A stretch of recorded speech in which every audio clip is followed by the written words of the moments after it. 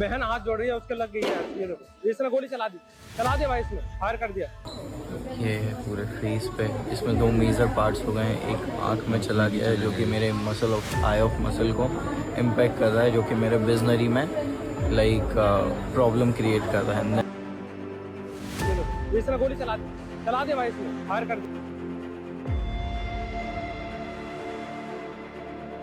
उसके बाद मतलब कब आपको पैनिक लगी? और फिर पहले उसी के टाइम जब ये सब हो रहा था तो आई जस्ट सॉ कि मैंने देखा ये गन मेरे तरफ एम है, तो मैं देख के मैं पीछे की तरफ भागा। तो तब तक मेरे बैक में मुझे कुछ लगा कि फील हुआ कि मेरे पीछे कुछ लगा है।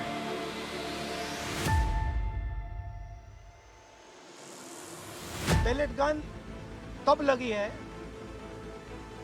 जब मेरे भाई हिंदुस्तान का तिरंगा लिए ऐसे पीसफुल प्रोटेस्ट कर रहे थे। They are not saying the truth जो भी है, पर मेरे को तो लगता है I been hit by pellet wounds. मेरे पास तो रिपोर्ट्स एंड सारे प्रूफ्स है। आई डोंट नो ऐसे क्यों कह रहे हैं वो।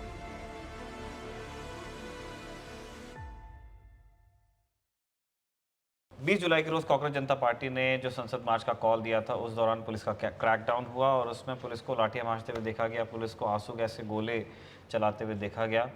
और ये शिकायत भी आई कि इस दौरान जो अर्धसैनिक बल वहाँ पे दंगा कंट्रोल करने के लिए लगाए गए थे, उन्होंने पैलेट गन्स का इस्तेमाल किया। जब ये बात पहली बार मीडिया में सामने आने लगी, इस पर रील्स दिखने लगी, उसके बाद दिल्ली पुलिस ने एक फैक्ट चेक डाल करके ये दावा किया कि पैलेट गन्स का इस्तेमाल हुआ ही नहीं है और पैलेट इंजरीज का कोई सवाल इसलिए उठता नहीं है। लेकिन टू हर क्रेडिट, विजेता सिंह है द हिंदू के पत्रकार, उन्होंने एक विस्तृत रिपोर्ट की है जिसमें उन्होंने स्थापित किया है कि दिल्ली में कम से कम एक जो पहला केस पैलेट इंजरी का दिल्ली में 20 तारीख के उस क्रैकडाउन के दौरान था, उसको उन्होंने अस्पताल में ट्रैक कर लिया, उसकी जानकारी उनके पास है और इससे एक मोमेंटम शुरू हुआ। हम देखते हैं कि उसके बाद एक्सप्रेस पैलेट्स पे खबर करता है, पैलेट इंजरीज पे, द प्रिंट में पैलेट इंजरीज पे खबर होती है, इंडिया टुडे में पैलेट इंजरीज पे खबर होती है और अब सत्यम भी ऐसी एक कहानी लेकर आपके सामने है। सत्यम, हमने बताया कि ये द हिंदू की विजेता की रिपोर्ट से ये सिलसिला शुरू होता है और विजेता ही वो पत्रकार थी जिन्होंने जो अपने स्टैंड पे खड़ी रही। दिल्ली पुलिस ने फैक्ट चेक डाला लेकिन उन्होंने कहा कि नहीं, मेरी आपने अपने कोर्ट में ये कहा हो सकता है कि आपने नहीं किया या आपको जानकारी नहीं है, लेकिन मेरी जानकारी यही है कि पैलेट गन्स का इस्तेमाल हुआ है और एक इंजर्ड से तो वो मिली भी है। ये बात भी आ रही है कि दिल्ली पुलिस ने चलिए अपनी तरफ से मना कर दिया, लेकिन जो राइट कंट्रोल आर्म है सीआरपीएफ का, आरएएफ, रैपिड एक्शन फोर्स, उसके पास पैलेट गन्स होती हैं। तो उन्हीं में से कुछ के इस्तेमाल की रिपोर्टें हमारे सामने हैं। आपने आज अस्पतालों का जो दौरा किया उसमें आपने क्या देखा? तो ये है निखिल, जो कि विजेता ने जो सिलसिला शुरू किया उसमें जो पहले केसेस जो आए वो आए, एक इरशाद मंसूरी हैं, शेख इरशाद मंसूरी, जबलपुर के हैं, 25 साल के हैं, गुड़गांव में नौकरी करते हैं। उनका एक वीडियो सबसे पहले जो कि पिंड बलूची के सामने कनॉट प्लेस में कहा जा रहा है कि उनका वो वीडियो है जिस पर पुलिस दिख रही है कि उसने फायर किया है, वो पैलेट उनको लगा और वो लेडी हार्डिंग में एडमिट है, 2 सर्जरीज उनकी हो चुकी हैं और उनकी आंख को अभी खतरा है। तो उन्होंने ये बताया कि मुझे पुलिस मेरे सामने थी, मैं देखा कि पुलिस मेरे पे एम कर रही है, मैंने हाथ जोड़े लेकिन तब भी फायर किया गया और मुझे वो जो है निशान लगे उनकी गर्दन पर और उनकी आंख पर, वो निशान है। तस्वीरें आप स्क्रीन पर देख रहे हैं। वो एक केस है। दूसरा केस है साहिल लोचब हैं, वो नजफगढ़ के हैं, 19 साल के हैं, एसओएल दिल्ली यूनिवर्सिटी से पढ़ाई करते हैं, पार्ट टाइम कार चलाते हैं। उनका भी यही इल्ज़ाम कि मुझसे पैलेट इंजरीज हुई हैं। उनके दोस्तों ने एक पेज बनाया, शिवम रेड्डी उनके दोस्त हैं, उनसे मेरी बात भी हुई, इंस्टाग्राम पर एक पेज भी है उनको सेव करने को लेकर। तो उसमें कहा गया कि पैलेट इंजरीज हैं, इनको जो है बचाइए। मैं लगातार प्रोटेस्ट में आ रहा था, उनके पुराने वीडियोज़ में जिसमें प्रोटेस्ट में वो हैं, उनको सिमिलर इंजरीज हुई, उनकी भी 2 सर्जरी हो चुकी हैं। वो पहले लेडी हार्डिंग थे, फिर उनको सफदरजंग लाया गया, फिर वो एम्स ट्रॉमा सेंटर में उनकी 2 सर्जरीज हुई हैं। आज साहिल रिलीज हुए, उनको डिस्चार्ज किया गया और आज जब वो पहुंचे वहां से हॉस्पिटल से बाहर निकले तो राहुल गांधी जो कि नेता प्रतिपक्ष हैं, उन्होंने उनसे मुलाकात की और एक प्रेस कॉन्फ्रेंस हुई है 10 जनपथ रोड पर, जिसमें कि राहुल गांधी खड़े हैं साहिल के साथ और साहिल अपना टेस्टिमनी दे रहे हैं कि मेरे साथ ये हुआ, और राहुल गांधी ने सीधे कहा है कि चाहे दिल्ली पुलिस कितना भी नकार ले, चाहे केंद्र सरकार इसको नकार ले, लेकिन पैलेट गन्स का इस्तेमाल हुआ है। सरकार ने कहा है कि कोई पैलेट गन यूज नहीं हुई, कहा है ना। ये देखिए, ये है पैलेट गन, थोड़ा घूम जाओ। इसको कहते हैं पैलेट गन, इसको कहते हैं पैलेट गन।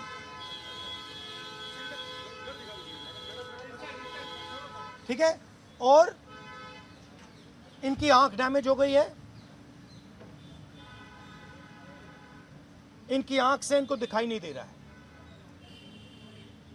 ये 2 केसेस हैं, लेकिन इसमें मेडिकल रिपोर्ट्स में सीधे तौर पर डॉक्टर्स ने मेडिकल रिपोर्ट के जरिए ये नहीं पता चल पाया है कि हाँ ये पैलेट इंजरी ही है।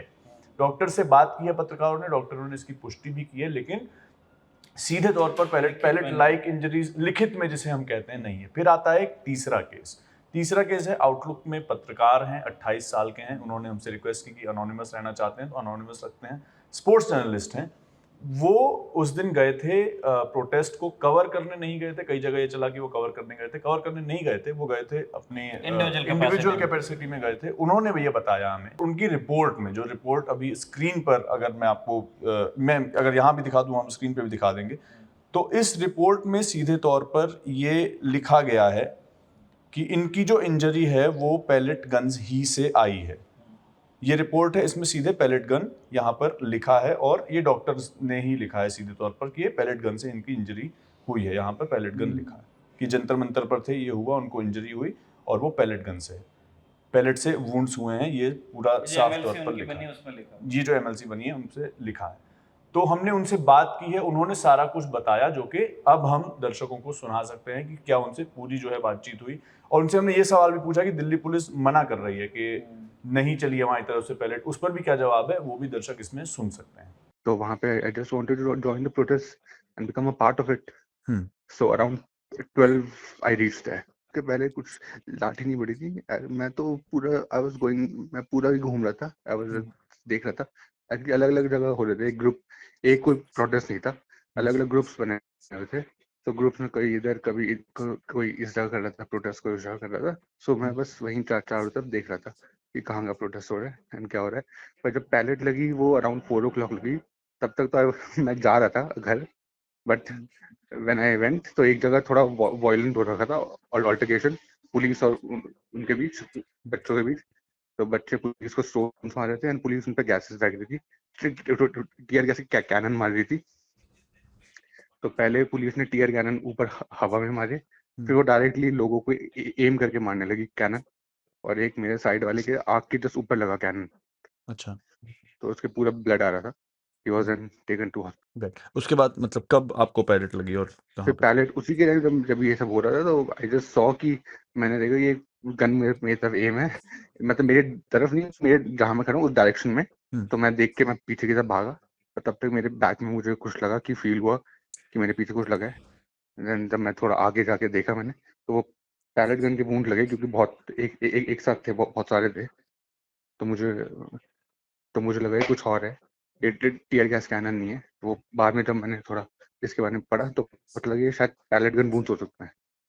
कितने वुंड्स आपको देख पाया जब आपने उसी जगह पर देखा क्या शर्ट उठा के, तो कितने उस वुंड्स? जगह तो एक्चुअली मेरे आर्म पे लगे, राइट आर्म के बैक साइड, और बैक पे लगे। तो बैक के तो मुझे दिखे नहीं उस टाइम, तो आर्म में तो 8-9 थे, पर घर आके देखा तो 25-30 के अराउंड वुंड्स हैं। और आपने देखा भी होगा कि दिल्ली पुलिस ने लगातार ये कहा है कि हमने कोई पैलेट गन का इस्तेमाल नहीं किया और हमने कहीं भी पैलेट गन नहीं चलाई है, और ये फेक इन्फॉर्मेशन है जो भी फैला रहा है। तो वो जब देखते हैं आप तो आपको क्या? आई डोंट नो वो ऐसा क्यों बोल रहे हैं, आइदर ये थोड़ी मिसकम्युनिकेशन है या they not saying the truth, जो भी है। पर मेरे को तो लगता है I been hit by pellet wounds. मेरे पास तो रिपोर्ट्स एंड सारे प्रूफ्स हैं। आई डोंट नो ऐसे क्यों कह रहे हैं वो।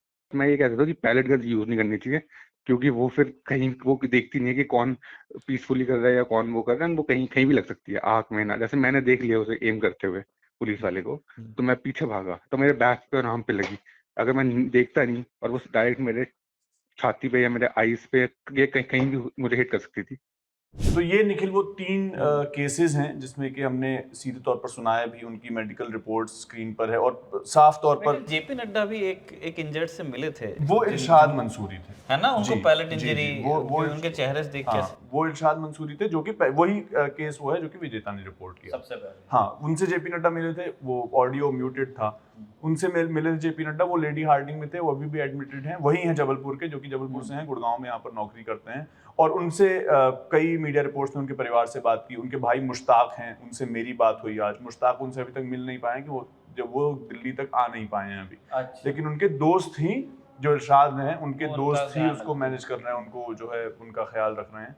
तो उनसे मिले थे जेपी नड्डा, लेकिन उसके अलावा इरशाद हैं, उसके अलावा साहिल हैं जिनसे राहुल गांधी मिले। और तीसरा केस जो हमने इंटरव्यू बाकायदा आपको सुनाया आउटलुक के जर्नलिस्ट का, 28 साल के स्पोर्ट्स जर्नलिस्ट का, जिनको पैलेट से इंजरी हुई है, जो कि एकदम तस्दीक करती है वो रिपोर्ट।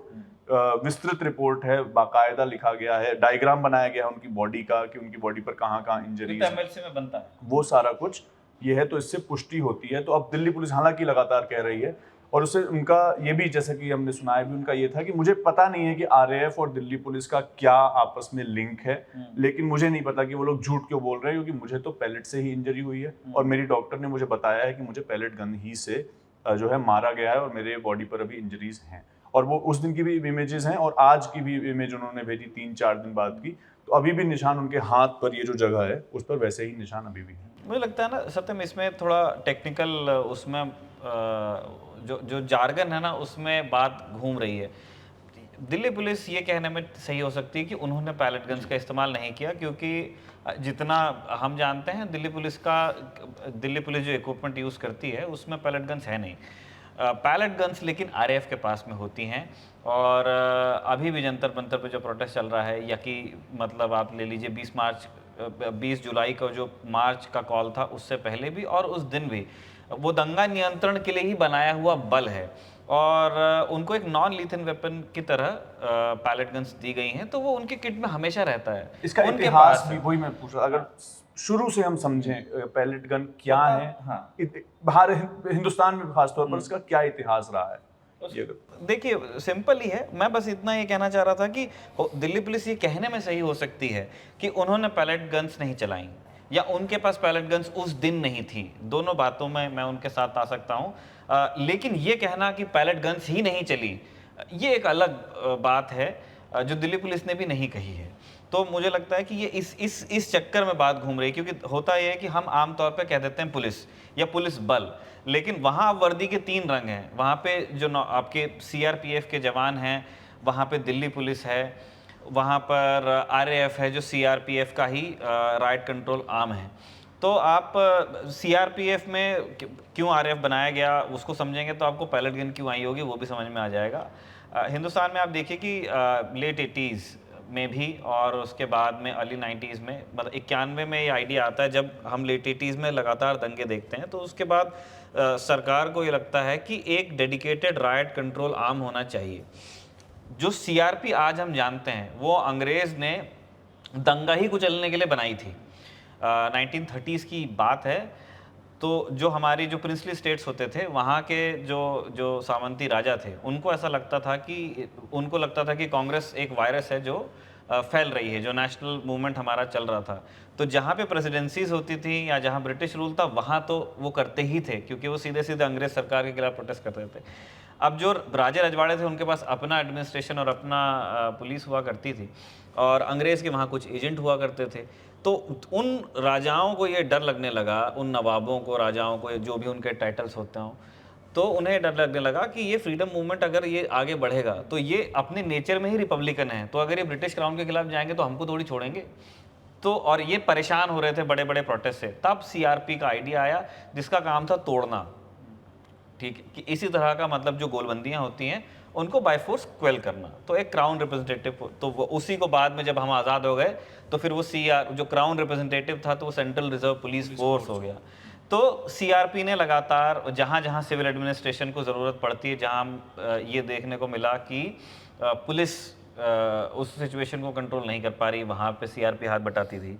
हमारी जंगों में सीआरपी ने लड़ाई लड़ी है, 65 वॉर में, 71 वॉर में, सीआरपीएफ डिप्लॉय हुई है। उसके बाद में जो हमारे यहाँ पे डोमेस्टिक इंस्टेबिलिटी, हमारे यहाँ जो डोमेस्टिक प्रॉब्लम्स रही हैं, नॉर्थ ईस्ट में मिलिटेंसी रही है, JNK में मिलिटेंसी रही, पंजाब में मिलिटेंसी रही, तो वहाँ पे सीआरपी लगातार बिजी रहने वाली फोर्स है। अब हो क्या रहा था, क्योंकि जहाँ आप देखिए नॉर्थ ईस्ट में ये जंग लड़ चुकी है ये फोर्स, उसके बाद में ये मिलिटेंसी देख रही है नॉर्थ ईस्ट में, पंजाब में मिलिटेंसी कंट्रोल करने के लिए सीआरपी लगी हुई, तो CRP is stretched too thin. और उसके साथ साथ में सीआरपी का नेचर भी अब वो मिलिटराइज भी हो रही है, क्योंकि उनको इतनी हॉट सिचुएशंस हैंडल कर रहे थे कि वो भी असॉल्ट राइफल्स और उस तरह का ही सामान वो कैरी करने लगे थे। अब अगर ऐसे किसी बल को आप एक राइट कंट्रोल रोल में डालेंगे तो वो फोर्स उसके लिए प्रोफेशनली ट्रेंड नहीं है। दंगा जब क्वेल करने के लिए पुलिस को उतारा जाता है तो हम किसी देश के दुश्मन से नहीं सामना हो रहा है, ना हमारा आतंकवादी से या किसी चरमपंथी से नहीं हो रहा है, वो एक सिविलियन है जो कानून तोड़ रहा है। और क्योंकि वो अभी सुनने को तैयार नहीं है और वो सिविल पुलिस के काबू से बाहर होता जा रहा है, उसने अपना आपा खो दिया है, तो उसे बाय फोर्स काबू में लाने की ज़रूरत है ना। उससे कोई दुश्मनी स्टेट की नहीं है। तो इसीलिए फिर एक आप लेट 91 में ये आइडिया आया कि एक सीआरपी से कुछ बटालियनें निकाल के आरएफ बनाएंगे, रैपिड एक्शन फोर्स। उनकी वर्दी अलग होगी, है वो सीआरपीएफ के अंदर ही, सीआरपीएफ के ही कुछ बटालियंस को शुरुआत में 10 दी थी मेरे ख्याल, 10 बटालियनें दे करके उनको आरएफ की तरह फिर रेज किया गया और उनको फिर राइट कंट्रोल की ट्रेनिंग दी गई। उनको उस तरह के गियर, हेलमेट देना, उनको शील्ड देना, नॉन लिथल वेपन्स देना, कि उनका काम है कि बिना किसी की जान लिए या किसी के या जो ग्रीवियस इंजरी कॉज किए बिना उन्हें एक आपे से बाहर जा रही भीड़ को काबू करना है, ये आरएएफ का काम है। तो ये दो कीवर्ड हैं, एक आपको आपे से बाहर जो व्यक्ति उसको काबू भी करना है और दूसरा आपको नॉन लिथल भी होना है, ये आरएएफ का लक्ष्य होता है। तो उसी तरह से उनकी बटालियनें भी होती हैं, वो कभी आपको असॉल्ट राइफल्स लेके नहीं मिलेंगे, उनमें टीम्स होती हैं। तो उसमें 3, जैसे उसमें केन्स आपको मिलेंगे उनके पास में जो लट होता है प्लास्टिक का, फिर उनके साथ आंसू गैस के वो कार्ट्रिजेस कैरी करते हैं और वो लास्ट रिजॉर्ट कहते हैं पैलेट गन्स को। अब पैलेट गन्स कहाँ से आई? हो ये रहा था कि जैसे हमने बताया कि सीआरपी और फिर बाय दैट मतलब रिलेशन आरएएफ की भी बटालियनें JNK में तैनात रहती हैं। तो आरएएफ में उतना आरएएफ का रोल नहीं था, लेकिन सीआरपी को बहुत राइट्स वहाँ पे देखने पड़ते थे और एक कल्चर JNK में था स्टोन पेल्टिंग का, वो इंतफादा वाला मामला हुआ करता था। और उसमें अब ये एक बड़ी विचित्र स्थिति फोर्सेस के लिए हो जा रही थी। ये हम उस समय की बात कर रहे हैं 2010 के आसपास, जब आर्मी सिटी से बाहर चली गई है और बीएसएफ शहर के नाकों तक आ गई है और अब अंदर इंटरनल में, क्योंकि ऐसा लग रहा था कि ठीक होता जा रहा है, तो फिर अंदर फिर सीआरपी को उतारा गया कि चलिए एक सेंट्रल फोर्स ही रहेगी वहाँ पे JNK पुलिस के साथ में, लेकिन ये लोग देख लेंगे। लेकिन फिर वो जब एकदम से वो एक्सप्लोड हुई सिचुएशन, तो सीआरपी एकदम से फ्रंट लाइन पे आ गया। अब सामने अब कोई अगर आतंकवादी हो जो गोलियां चला रहा है, तब तो सीआरपी के पास में भरपूर हथियार हैं, वो उसको वहीं उससे निपट सकते हैं। पर अगर सामने से पत्थर आ रहा है तो उसका जवाब क्या है? ये एक प्रॉब्लम बना। शुरुआत में ये देखने को मिला कि जब सिचुएशन इस तरह की हो जाती थी कि कोई सेक्शन फंस गया या कोई जवान कहीं फंस गया, तो फिर सेल्फ डिफेंस में वो फायर करेगा। या जहां किसी अधिकारी को लगता है कि यदि मैंने यहाँ पर एक स्टर्न मैसेज नहीं दिया क्राउड को, तो या तो क्राउड में जनहानि हो जाएगी या तो मेरी फोर्स को जनहानि, तो फिर वो फायर खोलने का हुक्म दिया करते थे। और 100+ 112 प्रोटेस्टर्स की, ये विजेता की ही रिपोर्ट से मैं आपको बता रहा हूँ, 2010 वाला जो गर्मी एक टाइम था जम्मू कश्मीर में, खून का बदला जून में लेंगे, क्योंकि गर्मी का मौसम वहाँ पे ये होता है कि आप बर्फ़ पिघली हुई है और पासेस खुले हुए हैं और क्राउड के पास भी थोड़ा सा टाइम है, तो वो जो उस एक समय को ईयर मार्क किया, जैसे ये माओइस्ट भी करते थे कि गर्मी में बारिश के पहले जब नाले क्रॉस किए जा सकते हैं तो उस टाइम वो लोग फोर्सेस से एंगेज करते थे। तो वो जो समर सीजन था 2010 का, अनरेस्ट ज़्यादा हुआ, 112 प्रोटेस्टर्स की जान गई। और उसके बाद फिर ये सवाल उठा कि भाई पत्थर अगर सामने से चल रहा है तो आप गोली कैसे चला रहे हो? अब इसका कोई इजी आंसर नहीं था। तो फिर उसके बाद सोचा गया कि ये पैलेट गन्स हम लेके आते हैं। एक पंप एक्शन ये गन होती है, पंप एक्शन मतलब जिसको आप इस तरह से कॉक करते हैं। ये टर्मिनेटर के पास जो हथियार होता है उसमें आपके अगर आपने टर्मिनेटर देखी है तो वो उस तरह, उसको ही हम पंप एक्शन कहते हैं। और उसके अंदर कार्ट्रिजेस होती हैं और उसके अंदर उसमें पैलेट्स पड़ी होती हैं। पैलेट छोटे छोटे छर्रे होते हैं। एक छर्रे की बंदूक जो नॉर्थ में अलग आपने सुनी होगी, हम उसकी उस कार्ट्रिज की बात नहीं कर रहे हैं। हाँ। चिड़ी मार नहीं होती है। नहीं, एक तो पूरा कार्ट्रिज होता है, उसके छर्रे से तो आदमी खत्म भी हो जाता है। ये बहुत छोटे छर्रे होते हैं और मतलब एक कार्ट्रिज में आप लगा लीजिए 100-125 कुछ होते हैं और दूर तक के ये असर करते हैं एक बार फायर करने के बाद में।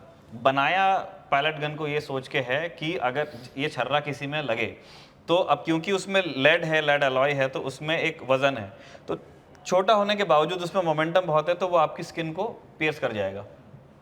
तो जान आपकी नहीं जाएगी पर बहुत ऐसे असहनीय आपको पीड़ा होगी। तो ये एक दिमाग में था, मतलब जिन लोगों ने इसको इंट्रोड्यूस किया कि इससे इतनी पीड़ा हो जाएगी, वो जो सामने लाइन खड़ी है, कि वो क्राउड वहाँ से टूटेगा। लेकिन जब पैलेट गन्स इंट्रोड्यूस की गई JNK में, ये देखने को मिला कि क्योंकि मेरे ख्याल मुझे लगता है कि उस टाइम प्रोटोकॉल्स उतने नहीं मैच्योर हुए थे कि उसको कैसे इस्तेमाल करना है, तो वो बहुत प्रोटेस्टर्स की आंख में लगी। और ये एक बहुत बेसिक सी चीज़ है कि छर्रा छोटा हो कितना भी हो, अगर आपकी आंख में लग जाए या किसी दूसरे सॉफ्ट टिश्यू में लग जाए तो उसका नुकसान, और काफ़ी लोगों की आंख की रोशनी चली गई। कुछ रेयर केसेस में पैलेट गन्स लीथल होती नहीं है अपने नेचर में, लेकिन कुछ रेयर केसेस में देखा गया कि इतने छर्रे मतलब किसी को लगे हैं कि वो ICU में भर्ती हुए हैं, कुछ रेयर केसेस में जान भी गई है। उसके बाद में फिर JNK में ये एक मांग खड़ी हुई कि आप इन पैलेट गन्स का कुछ कीजिए। बहुत सारे जो युवा हैं जो प्रोटेस्ट के लिए उतरते हैं, आप उनको जो भी नाम दे दीजिए आप अपनी सुविधा से, उनकी आंखों की रोशनी जा रही है। तो फिर उसके बाद में इन्होंने कुछ अपना प्रोटोकॉल थोड़ा चेंज किया, उसमें डिफ्लेक्टर्स लगाए गए ताकि पैलेट गन को जब फायर किया जाए तो वो मतलब जो छर्रा ऊंचाई में ना आए, क्योंकि अगर वो सीधा चल के आएगा तो नज़र की तरफ आएगा। और जवानों को भी कहा गया कि आप थोड़ा सा नीचे एम करके मारें। तो इस तरह से चला, लेकिन फिर भी वो शिकायत दूर नहीं हुई पैलेट गन्स के इस्तेमाल की। तो फिर ये एक विचार लाया गया कि जो लेड अलॉय है, क्योंकि वो बहुत गहरे घुस जा रहा था, तो फिर प्लास्टिक के छर्रे पर विचार हुआ, उसको भी इस्तेमाल किया गया। और फिर विद टाइम आप देखेंगे कि प्लास्टिक बुलेट्स आई, रबर बुलेट्स आई। इनसे ये भी जब इनको नॉर्मल हथियारों से फायर किया जा सकता है, जो हाई वेलोसिटी ऑटोमेटिक हथियार होते हैं फोर्सेस के पास में, CRP के पास में, उससे वो चला सकते हैं, RF वाले चला सकते हैं अगर वो वेपन कैरी कर रहे हो तो। और लगती उससे भी बहुत ज़ोर से है, लेकिन वो पैलेट की तरह आपके शरीर के एक बड़े हिस्से में, आपकी आंख में जाने का चांस उसका कम होता है। तो ये हैं पैलेट्स। अब JNK में तो इसका काफ़ी इस्तेमाल हुआ था, और JNK में जो अनुभव रहा है CRP का, उसने पैलेट गन्स के यूज़ को भी चेंज किया है ना, उनके नेचर को भी चेंज किया है, और मतलब प्रोटोकॉल भी चेंज हुआ है, इक्विपमेंट भी कुछ चेंज हुआ है। JNK के बाहर इसका इस्तेमाल होना ये नई चीज़ है। एक मुझको याद आता है कि फार्मर प्रोटेस्ट में शायद ये चली थी एक बार, और दूसरा ये अभी ही है। हम जो 20 जुलाई का जो ये मार्च था, दिल्ली में तो मेरे ख्याल से पहली बार चली। यस, NCT दिल्ली में पहली ही बार है, सही कह रहे हैं आप। जब शंभू बॉर्डर में चली भी थी तो हरियाणा पुलिस ने उसको डिनाई किया था कि हमने पैलेट्स यूज़ नहीं किए, रबर बुलेट्स यूज़ की, लेकिन उस पे था। फिर मणिपुर में था कि जब 2023 में शुरू हुआ अनरेस्ट, वहाँ चलाई गई। पर दिल्ली में मेरे ख्याल से अगर हम ये देखें निखिल के ऐसे प्रोटेस्ट में जिसमें कि और CP जैसी जगह पर, और जिसमें कि युवाओं का प्रोटेस्ट में स्टूडेंट्स हैं जो कि 17-18 से लेके 20, 21, 22, 23, हद से हद 25 साल तक के लोग हैं, उन पर पैलेट्स का इस्तेमाल, और इस पर अभी तक मतलब स्पष्टीकरण सीधे RAF, क्योंकि इल्ज़ाम तो RAF पे है। दिल्ली पुलिस ने तो, जैसा आपने कहा कि दिल्ली पुलिस ने कह दिया कि हमने नहीं चलाई, जो मोस्ट प्रोबेबली सही होगा, कि दिल्ली पुलिस ना कोई वीडियो में जो वीडियो चल भी रही है नहीं दिख रहा है दिल्ली पुलिस का, वो यूज नहीं करते हैं। तो लेकिन RAF की तरफ से अभी तक कोई स्पष्टीकरण ना आना, या ऐसे प्रोटेस्ट में पैलेट का इस्तेमाल होना, क्या ऐसा है कि कहा गया था या किया जा सकता है, या गाइडलाइंस अगर हम पूछें तो? देखिए, मैं द प्रिंट की एक रिपोर्ट पढ़ रहा था, उसको भी हम उसको अपने डिस्क्रिप्शन में दे देंगे, आप भी जा करके उसको पढ़ सकते हैं। उसमें एक फॉर्मर ऑफिसर के ही हवाले से लिखा गया है कि पैलेट गन से इस तरह का हथियार है जिसको लास्ट रिजॉर्ट के तौर पे यूज़ किए जाने की सिखलाई दी गई है। अब ये एक मतलब सब्जेक्टिव डिस्कशन है कि जब ये पैलेट गन्स अलेजिडली चलाई गई हैं दिल्ली में 3 केसेस में जो आप बता रहे हैं हमको, वहाँ पर एग्जैक्ट उस समय पे वो जो मोमेंट ऑफ ट्रूथ था जब किसी जवान ने इसको चलाया होगा, तो क्या किसी अधिकारी ने आदेश दिया था? क्या वहाँ सिचुएशन इतनी ग्रिम हो गई थी कि वो जो लास्ट रिजॉर्ट पे चलाने की सिखलाई है उसमें उनको वो ज़रूरत वहाँ पे महसूस हुई? अगर इस तरह की स्थिति बनी थी तो क्या विद बेनिफिट ऑफ हाइंडसाइट इस तरह का कोई नॉलेज उसमें से निकल के आ सकता है कि ये ठीक था, नहीं था, क्या कोई एरर ऑफ जजमेंट था? ये सब पता मैं बिल्कुल डेड श्योर हूँ कि जब हम आपसे बात कर रहे हैं इस बारे में, फोर्स के अंदर इस बारे में बात बिल्कुल हो रही होगी, विद इन आरएएफ हो रही होगी, सीआरपी में तो हो ही रही होगी कि ये क्या हुआ है। लेकिन अब आपको भी समझना है, ये दिल्ली में घटना हुई है और आरएएफ एक सिस्टर कंसर्न है सीआरपी का, या उनका ही एक बल है, और सीआरपी सीधे रिपोर्ट करती है केंद्रीय गृह मंत्रालय को। तो वो बात कहाँ जा रही है आप देख रहे हैं। इसलिए मुझे लगता है कि वो बिल्कुल श्योर होने से पहले कुछ बोलना नहीं चाहते हैं। इस बात को लेकर सवाल भी उठाया गया कि आप एक स्पष्टीकरण क्यों नहीं दे रहे हैं, प्रेस कॉन्फ्रेंस करके बता क्यों नहीं रहे हैं कि कितनी इंजरीज एक्चुअली हुई हैं, कितने लोग घायल हुए या कितने लोग एडमिट किए गए या कितने लोगों को सीरियस इंजरी हुई। जैसे क्योंकि एक लड़की जो कि 21 साल की थी वो आरएमएल से, आज आरएमएल का आया स्पष्टीकरण की आईसीयू में थी, अब इनको आईसीयू से वेंटिलेटर से हटा दिया गया है, थोड़ी सी इनकी स्थिति जो है नॉर्मल हो रही है। तो इसको लेकर सवाल भी उठ रहे हैं। तो इसको क्या हमने तो जैसे मैंने बताया कि हमने जो आईजी हैं उनको हमने एक मेल कर दिया ऑफिशियल, उनको फोन किया, ऑफिस में फोन किया कि वो अगर इस पे कोई जवाब दे पाए स्पष्टीकरण। किसी को कोर्ट नहीं मिला अभी तक, कोर्ट किसी को नहीं मिला, हर किसी ने ये लिखा कि विजेता को नहीं मिला, प्रिंट को नहीं मिला, एक्सप्रेस को भी सोर्सेस के हवाले से ही है। तो सीधा कोर्ट तो वो नहीं दे रहे हैं, और वो शायद जब तक के वो मतलब जो हाईएस्ट लेवल्स हैं वहाँ से, क्योंकि देखिए दिल्ली की जो लॉ एंड ऑर्डर है वो सेंटर के ही पास है, वहाँ पे एक सिचुएशन क्रिएट हुई है और एक ऐसे बल का नाम आ रहा है जो सेंटर का ही है, तो उनके लिए वो थोड़ी सी ऑकवर्डनेस है। इसलिए हो सकता है कि वो मतलब अभी उस कुछ भी कहने से पहले वो श्योर होना चाह रहे होंगे, या वो ये भी देखना चाह रहे होंगे कि अगर बिना कुछ कहे इसमें सेटल कर मामला मतलब ये आगे निकल सकता है तो लेट इट बी। क्योंकि वो अब इस आप भी जो पूछ रहे हैं ना कि कोई लिस्ट नहीं आई है कि कितनी इंजरी है, किसका क्या हुआ है, अब यहाँ पे भी मल्टीपल एजेंसीज वाली बात है। क्राउड कंट्रोल के लिए बहुत सारी एजेंसीज लगी थी, दिल्ली पुलिस तो थी, उनका वो इलाका है, उनकी प्राइमरी रिस्पॉन्सिबिलिटी, उनकी मदद के लिए आरएएफ आया था। क्यों? क्योंकि वहाँ पे एक दंगे की स्थिति लगता था प्रशासन को कि हो जाएगी। फिर जो प्रॉपर सीआरपी है ना, जहाँ से आरएएफ निकली है, उसकी भी कुछ कंपनियों को लगाया गया था, क्योंकि ऐसा लग रहा था कि उनको थोड़ा सा और मसल वहाँ पे चाहिए। फिर बाद के दिनों में देखा गया कि आईआरबी भी वहाँ पे लगी हुई थी। तो इस तरह से आप आईआरबी कह रहा हूँ, त्रिपुरा स्टेट राइफल्स भी बाद में वहाँ पे देखी गई। तो मल्टीपल एजेंसीज हैं। अब इसमें से दिल्ली पुलिस को छोड़ के दूसरी किसी एजेंसी का ये काम नहीं है कि कितनी इंजरी किसकी हुई है, कौन कहाँ गया है, उसकी लिस्ट मेंटेन करना उनका काम नहीं है। उनको एक सिविलियन एडमिनिस्ट्रेशन की तरफ से रिक्वेस्ट आई थी कि इस बल की यहाँ पे आवश्यकता है। तो जो भी वहाँ पे जो भी यूनिट यहाँ पे आसपास रही होगी, उसके कमांडेंट के पास में वो गई होगी, उसके कमांडेंट को वो चिट्ठी आई होगी कि आपको 2 कंपनी 3 कंपनी जो भी मांगा गया है वो भेजना है। तो वो अपना लोहा लंगड़ हथियार लेकर के वहाँ पहुँचे हैं, और उन्होंने जो कार्रवाई की है वो सिविल एडमिनिस्ट्रेशन के साथ मिल करके की है। मतलब चार्ज करना है या नहीं करना है, सेंट्रल एजेंसीज जनरली ये कॉल लेती नहीं है, ये सिविलियन एडमिनिस्ट्रेशन का, ये पुलिस का कॉल होता है कि हमें आपकी मदद की ज़रूरत है। वो बोलते हैं वो चार्ज कर देंगे। अब उसमें जो हुआ है उसकी उसके लिए इस तरह की लिस्ट बनाना, जैसे आप बता रहे हैं कि इंजर्ड की लिस्ट या कहाँ पे क्या हुआ था, फोर्सेस इंटरनल रिव्यू में इसको करेंगे, लेकिन उन पे ये फ़र्ज़ नहीं है। ये जानकारी टेक्निकली आनी दिल्ली पुलिस से ही चाहिए। इसीलिए वो एक थोड़ा सा मिक्सअप है। दिल्ली पुलिस कौन बता सकता है या किसी को बताना चाहिए कि हुआ या नहीं हुआ? दिल्ली पुलिस। दिल्ली पुलिस क्या कह रही है कि हमने पैलेट गन नहीं चलाई, जो कि बात सही भी होगी क्योंकि वो चलाते नहीं है। कौन चला सकता है? एक सिस्टर कंसर्न है सीआरपी का, आरएएफ, जो आता है अगेन दिल्ली पुलिस की ही तरह होम मिनिस्ट्री के भीतर। तो वो जिसको कहते हैं ना कि वहाँ जलेबी बनी हुई है कि अब ये चीज़ हो गई है, इसमें कौन क्या बोले और कलम अपनी कौन तोड़ेगा इसमें। तो इससे मुझे लगता है कि थोड़ा सा रेडियो साइलेंस आपको दिख रहा है, और थोड़ा सा ऑप्टिक्स का भी होता है। पैलेट गन से ऐसी चीज़ है जो अभी तक के इस्तेमाल होती थी कि पत्थरबाज को ठिकाने लगाने के लिए इस्तेमाल होता था, अब वो दिल्ली में चल गई है और ऐसे प्रोटेस्टर्स पे चल गई है जिनसे तो अब सरकार भी बात कर रही है। तो वो एक ना ऑकवर्ड कॉन्वर्सेशन है, इसलिए मुझे लगता है कि उसको ऐसा स्वर नहीं मिल रहा है या कम मिल रहा है। तो ये था जितनी भी केसेस अभी तक पैलेट गन्स के जो कि स्पष्टता सामने आए हैं। इसके अलावा भी कई वायरल वीडियोस हैं, कई लोग वीडियोस को पोस्ट कर रहे हैं और कह रहे हैं लोगों से क्या इसको कोई आइडेंटिफाई कर सकता है, हम इनको पहचानने की कोशिश कर रहे हैं, जिनके घाव दिख रहे हैं, छोटे छोटे घाव हैं जो कि लग रहा है कि हो सकता है पैलेट जैसी इंजरीज हों। तो ये 3 आइडेंटिफाइड केसेस दिल्ली के हैं, जिसमें से 2 लोग डिस्चार्ज हो चुके हैं। एक जो हमने जर्नलिस्ट की बात की वो तो ऑफिस भी जा रहे हैं, कल रात वो ऑफिस में ही थे जब मेरी उनसे बात हुई थी।